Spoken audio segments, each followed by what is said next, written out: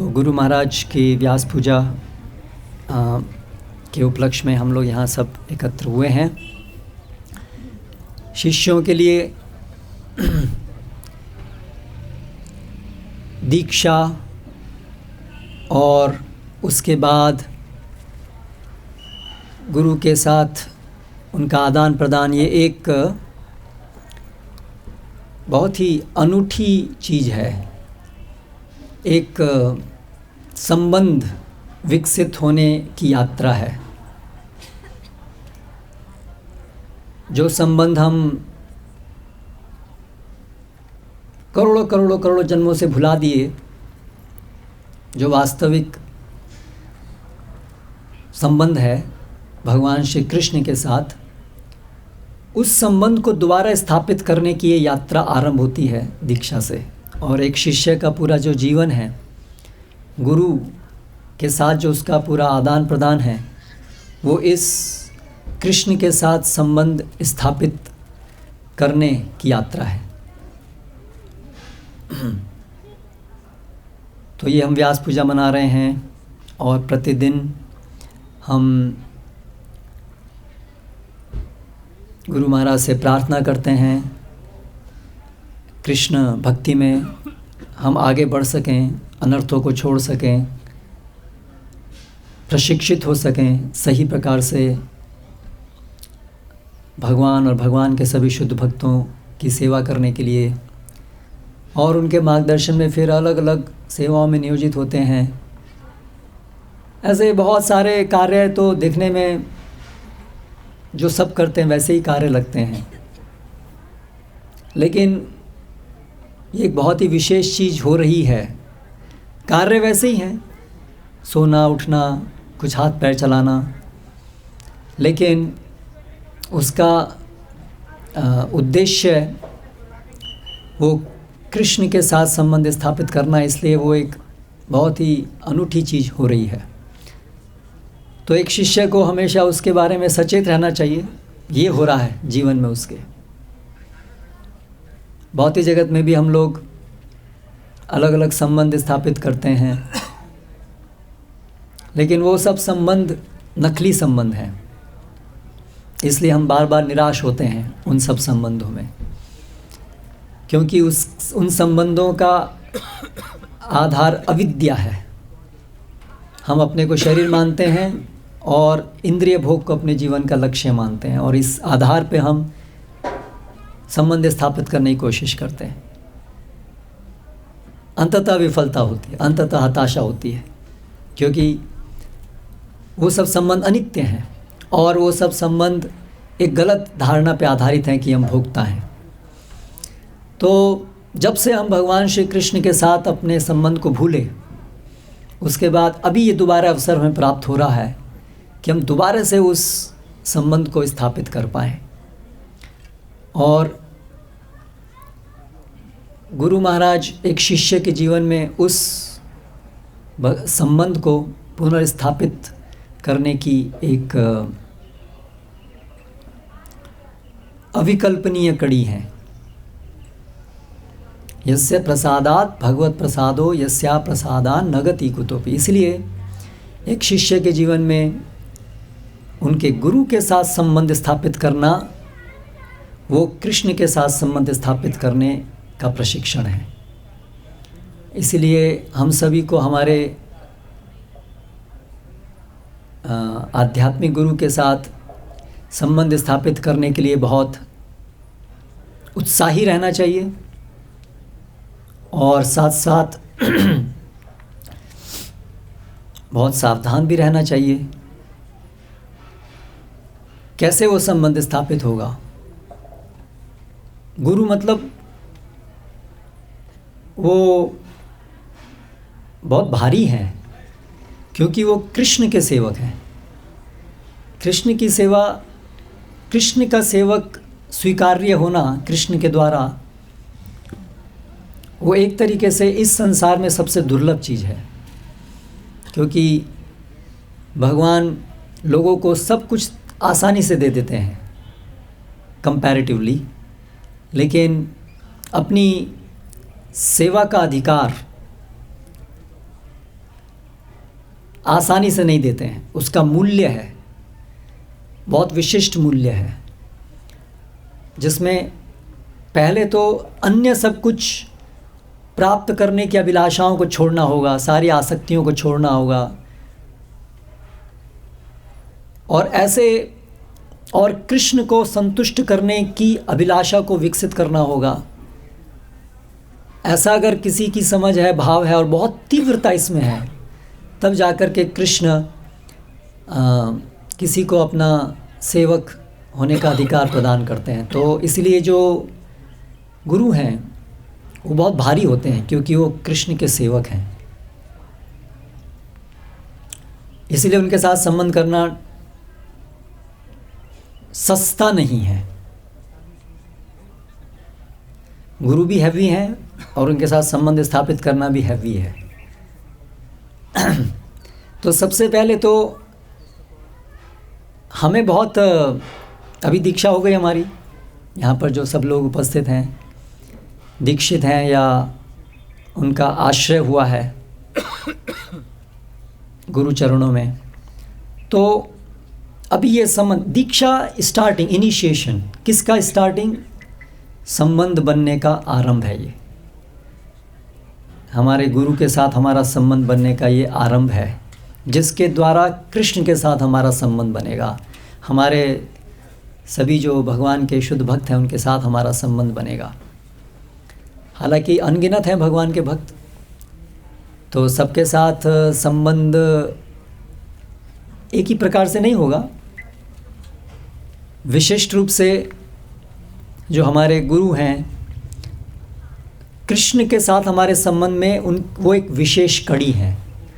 इसलिए संबंध तो बहुत सब व्यक्तिगत ही होते हैं, भगवान के सभी शुद्ध भक्त हैं, लेकिन इसका अर्थ ये नहीं है कि वो कुछ एक होमोजीनियस एक सब्सटेंस है।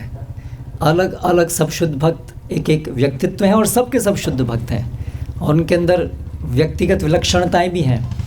तो अभी हमारा जो कृष्ण के साथ संबंध, और कृष्ण खुद सारे विलक्षणताओं के समूह हैं, वो एक ही व्यक्ति हैं लेकिन वो अनगिनत व्यक्तित्व उनके अंदर समाये हुए हैं। तो जो गुरु के साथ हमारा जो संबंध है वो एक विशेष उन व्यक्ति के साथ संबंध है और वो भगवान के शुद्ध भक्त हैं। तो ये इनिशिएशन, दीक्षा आरंभ है उस संबंध का। तो संबंध अच्छे से स्थापित हो, पूरी तरह से सफल हो, हम संबंध बनाने में सफल हों, ये हमारे जीवन का लक्ष्य है कि हम गुरु प्रसन्नता से हमें अपना संबंधी बनाएं।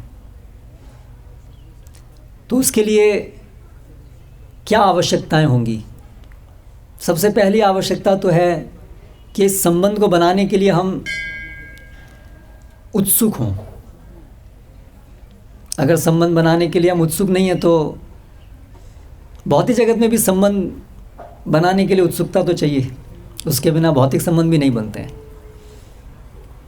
तो ये तो आध्यात्मिक संबंध है जिसमें गुरु कृष्ण को कोई भौतिक चीज़ डुबा नहीं सकती। तो इसलिए वो संबंध को स्थापित करने के लिए सबसे पहली आवश्यकता है कि हमें बहुत उत्सुक होना पड़ेगा।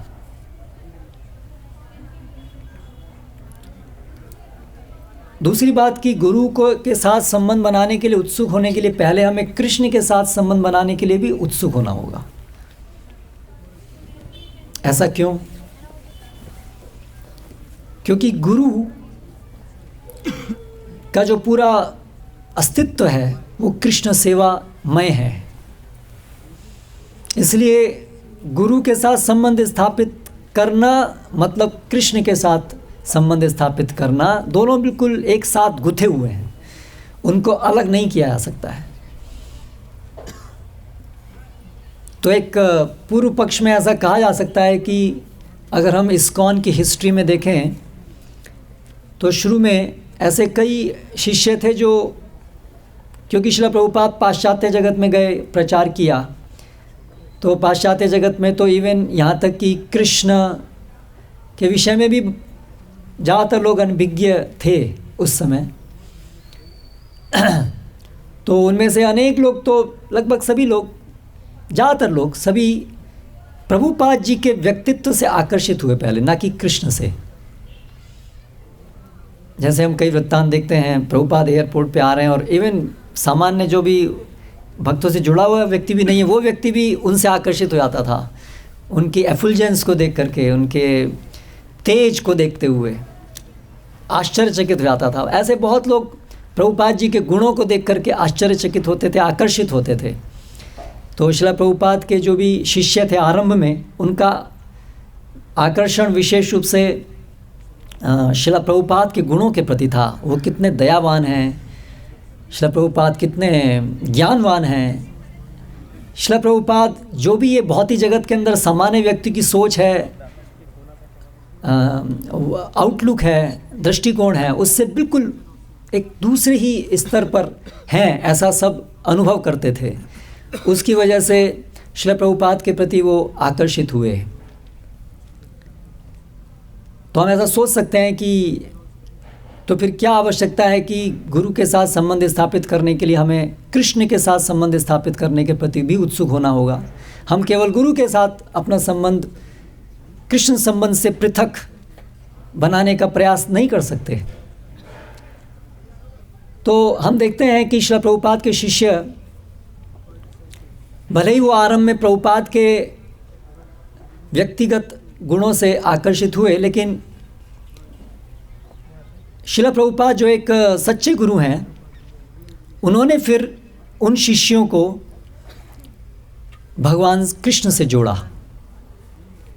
उन्होंने ये उनको विदित कराया कि जो भी ये गुण हैं प्रभुपाद के अंदर, वो सब कृष्ण कृपा हैं।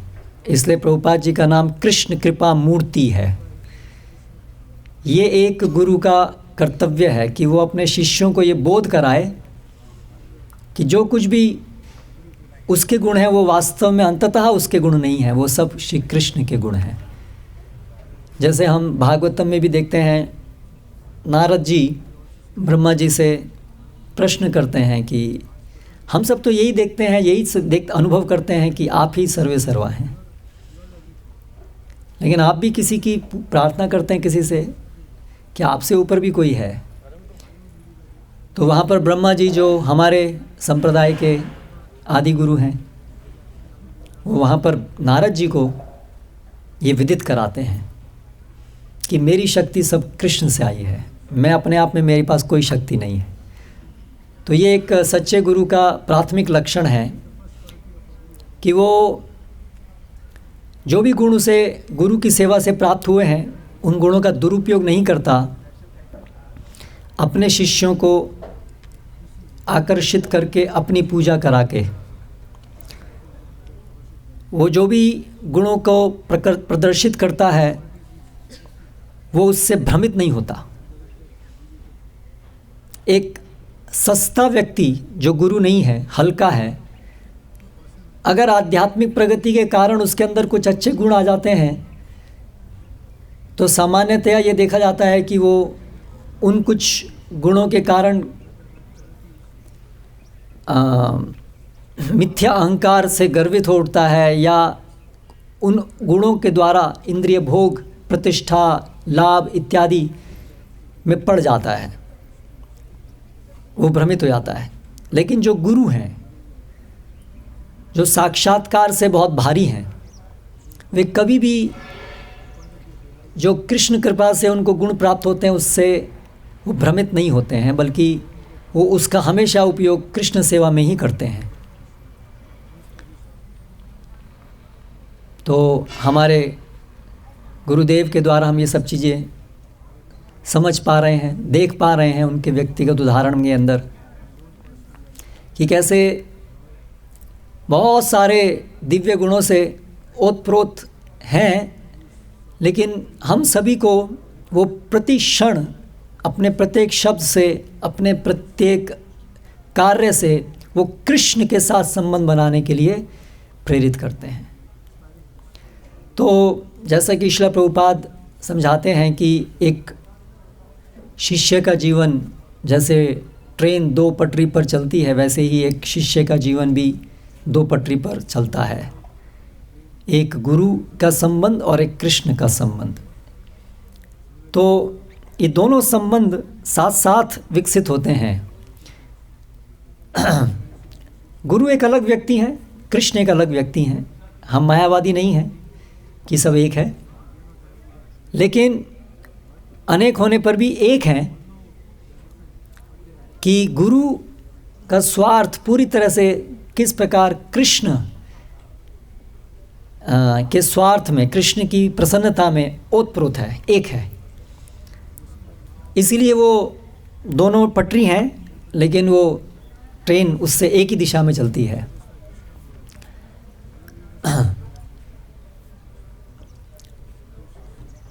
तो इस तरह हमें गुरु के साथ संबंध बनाने के लिए बहुत उत्सुक होना होगा, लेकिन वो उत्सुकता कृष्ण के साथ संबंध बनाने की उत्सुकता से पृथक नहीं हो सकती। इसलिए कृष्ण और गुरु दोनों के साथ संबंध साइमल्टेनियसली एक साथ बनाने के लिए हमें उत्सुक होना होगा। तो ये जो उत्सुकता है उसको अपनी पूरी यात्रा में उसको बनाए रखना होगा, बल्कि वो बढ़ती रहनी चाहिए हमारी उत्सुकता। तभी हम अपेक्षा कर सकते हैं कि हमारा संबंध सुचारू रूप से बनेगा।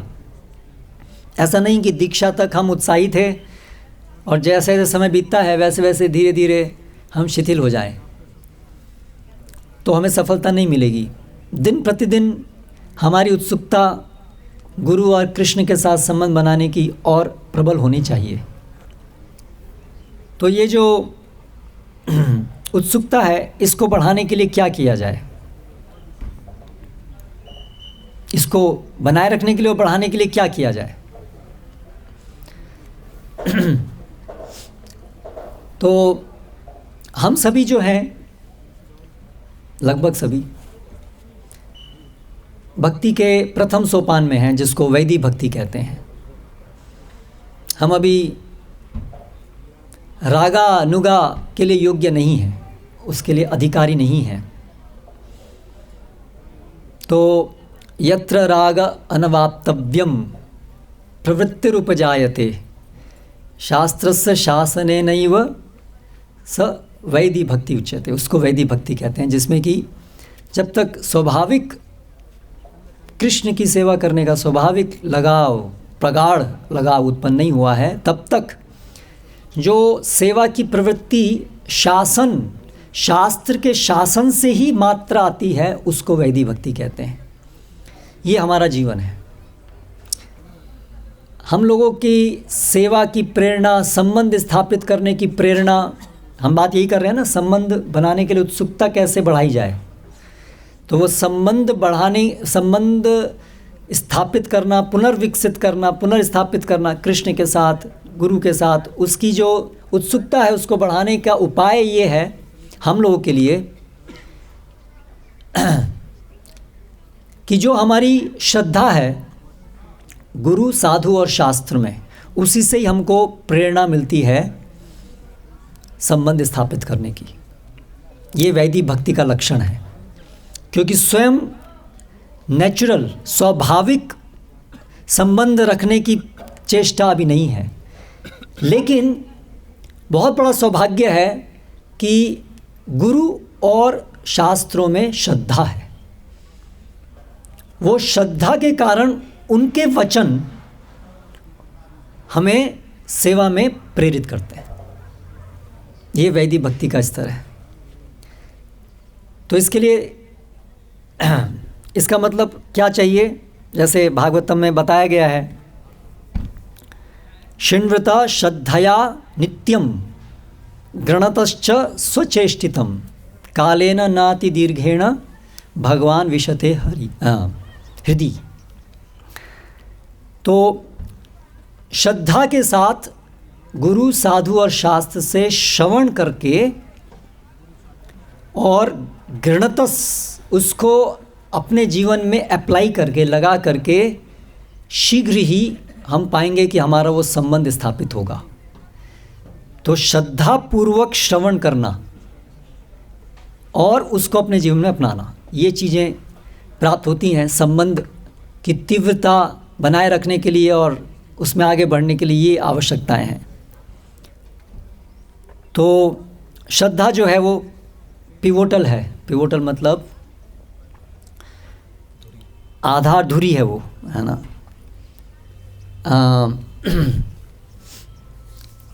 वो श्रद्धा का विकास भी गुरु साधु शास्त्र से श्रवण करके होता है, क्योंकि हमें उनमें जो भी श्रद्धा है, जितनी भी है, उस श्रद्धा के आधार पर जब हम उनको सुनते हैं तो उनके निर्देश, उन पर श्रद्धा है और उनके हम निर्देश सुनते हैं, तो फिर उन निर्देशों को अपने जीवन में पालन कर पाते हैं, उसकी प्रेरणा मिलती है।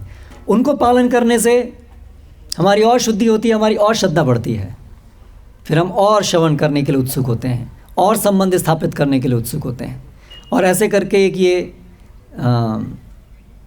चक्र आरंभ होता है।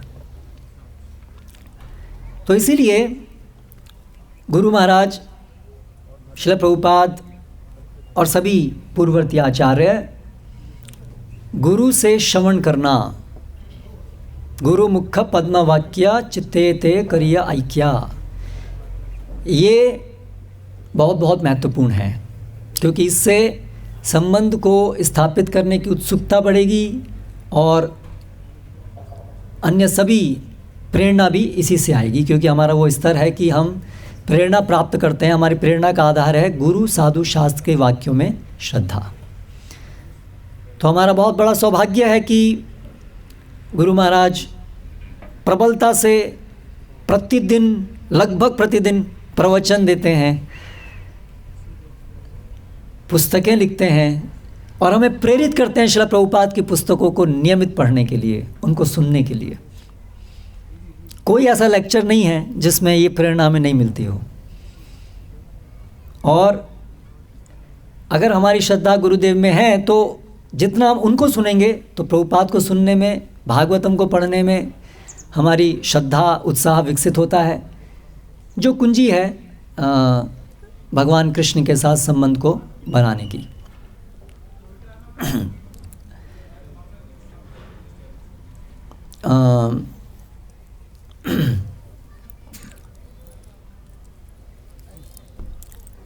गुरु महाराज के द्वारा हमें विशेष रूप से जो आज्ञा प्राप्त होती है, उनके जो हम सुनते हैं उनको निर्देशों को, उसमें से कुछ बड़े महत्वपूर्ण संदेश हैं। प्रथम तो हमारा जो एटीट्यूड है वो सही होनी चाहिए, इस पे महाराज बार बार जोर देते हैं। Advancement of A practitioner depends on the attitude. तो जो हम श्रवण कर रहे हैं उससे हम ध्यान से समझने की कोशिश करें कि हमारा आउटलुक, हमारी भावना हमारी कैसी होनी चाहिए।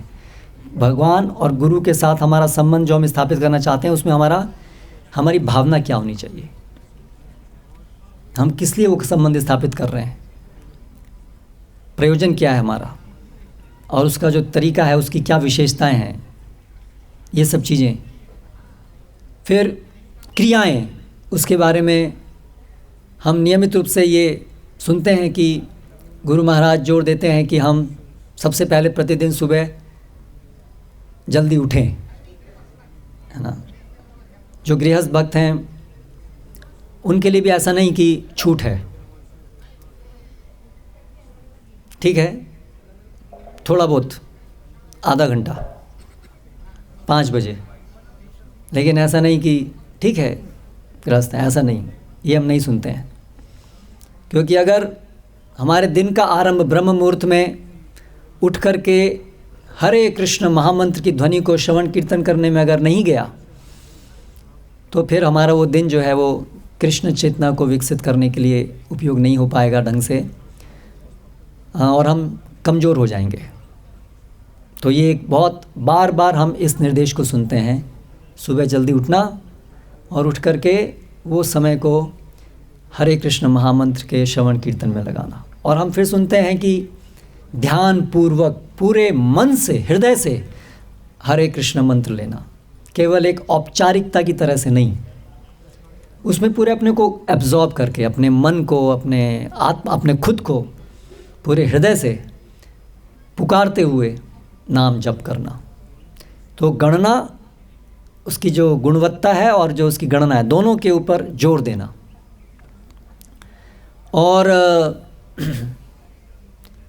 फिर नियमित प्रभुपाद पुस्तकों का पठन करना, श्रवण, कथा श्रवण, नाम श्रवण और कथा श्रवण। गुरु महाराज ऐसा इंकरेज नहीं करते हैं कि हम केवल नाम श्रवण कर रहे हैं लेकिन कथा श्रवण नहीं कर रहे हैं। नहीं, नाम श्रवण और कथा श्रवण।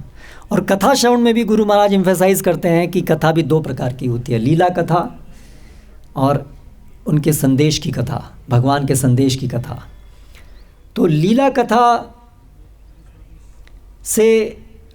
भी सुनना है, लेकिन हमारी जो अवस्था है प्रारंभिक अवस्था, उसमें विशेष रूप से हमें भगवान के संदेश कथा को सुनने की आवश्यकता के ऊपर महाराज जोर देते हैं।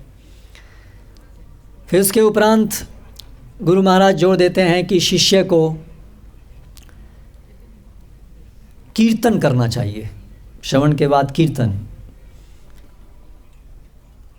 के बहुत सारे, हरे कृष्णा हरे कृष्णा, कीर्तन के बहुत सारे प्रकार हैं,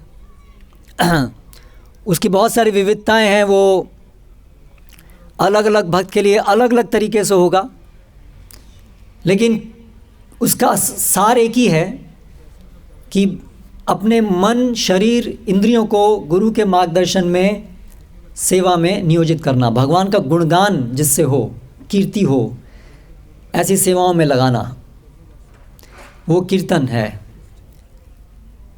और विशेष रूप से श्रील प्रभुपाद के इस आंदोलन में प्रभुपाद की आज्ञा के अनुसार प्रचार के जो मुख्य तरीके हैं, पुस्तक वितरण, प्रचार केंद्र, फार्म कम्युनिटीज़,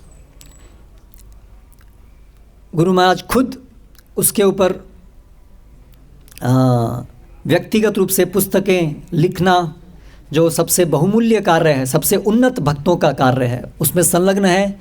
और हमें पुस्तक वितरण करने में और प्रभुपाद जी के इस कीर्तन करने के जो बोनाफाइड तरीके हैं, उसमें हमें नियोजित करते हैं।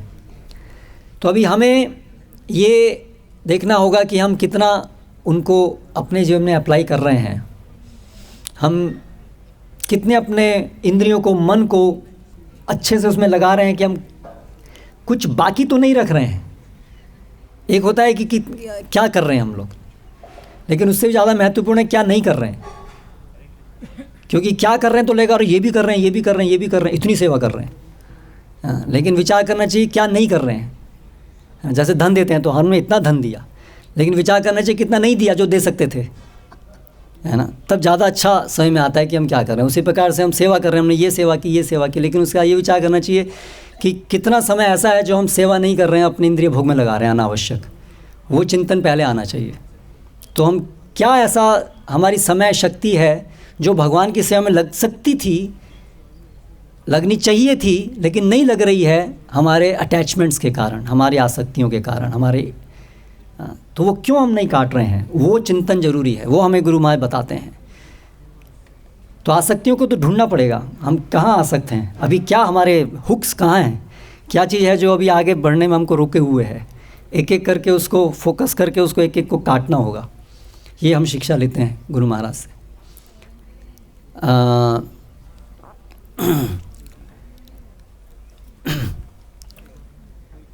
तो विशेष रूप से जो ये गुरु महाराज के साथ संबंध स्थापित करना, इसमें जितना हम अपने को उनके मार्गदर्शन में, भगवान कृष्ण की सेवा में न्योछावर करेंगे, उतना ही हमारा ये संबंध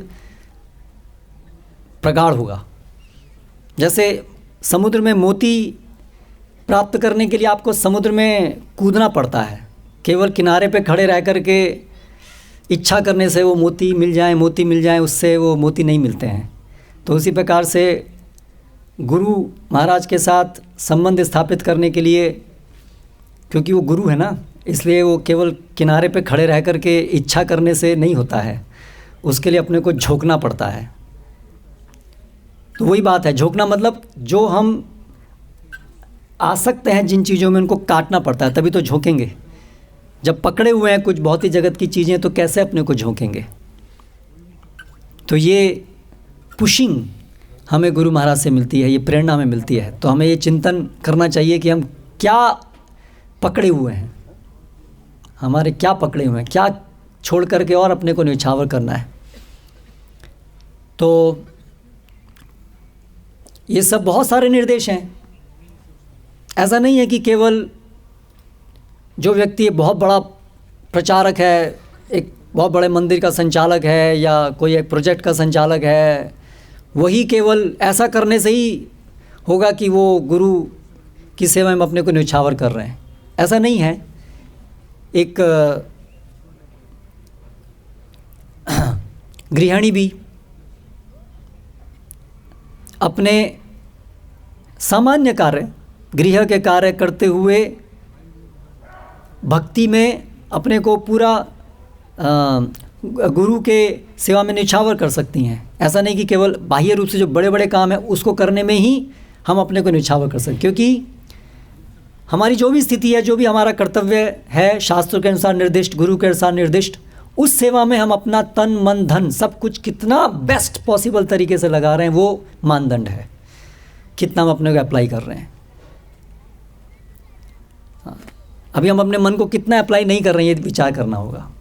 हमारा कितना समय, हमारा मन कृष्ण में नहीं है, हमारी बुद्धि कृष्ण में नहीं है, हमारी इंद्रियां कृष्ण की सेवा में नहीं है, गुरु की सेवा में नहीं है। तो इसीलिए वो हम कितना अप्लाई करें, तो सबके लिए वो जो जिस अवस्था में है, जो भी उनकी सेवाएं हैं, जो भी उनका जीवन का परिप्रेक्ष्य सोपान है, उसमें हम ये प्रयास करें कि हम, प्रभुपाद बाबा बोलते थे, डू योर बेस्ट, आप अपना बेस्ट कीजिए, यही गुरु महाराज बोलते हैं। फिर वो ऐसा नहीं कि ये सेवा छोटी, ये सेवा बड़ी, जो भी निर्दिष्ट सेवा है उसमें डू योर बेस्ट, यानी उस सेवा में पूरे अपने मन तन धन सबको लगाना, पूरी कृष्ण चेतना में होकर के उन चीज़ों करने का प्रयास करना। ये गुरु को अंततः प्रसन्न करने वाली चीज़ है। अंततः प्रोजेक्ट्स या कोई भी चीज़ वो एक माध्यम है। अंततः गुरु की प्रसन्नता है जब शिष्य शुद्ध भक्त बनता है, और ये शुद्ध भक्त बनने के लिए कुछ मुख्य चीज़ें हैं। तो हम ये चिंतन मनन करते रहें कि हमारा पूरा जीवन एक बहुत ही अच्छी यात्रा पे हम लोग चल रहे हैं, और ये शरीर देह त्याग करने से पहले हमें गुरु के हृदय को जीतना है, जिससे कि हम कृष्ण के हृदय को जीत पाएँ। तो उसके लिए जो भी आवश्यक है उसको करने के लिए हम तत्पर हो जाएं, शिथिलताएं को छोड़ें, ऐसा प्रयास करें। तो ऐसी प्रार्थना आज के शुभ अवसर पर। हरे कृष्णा। मैं यहाँ पर विराम देता हूँ। अभी मुरारी गुप्ता प्रभु को मैं रिक्वेस्ट करता हूँ, कृपया वो आएँ और गुणगान करें गुरु महाराज का। हरे कृष्णा। श्रील प्रभुपाद की जय, गुरु महाराज की जय।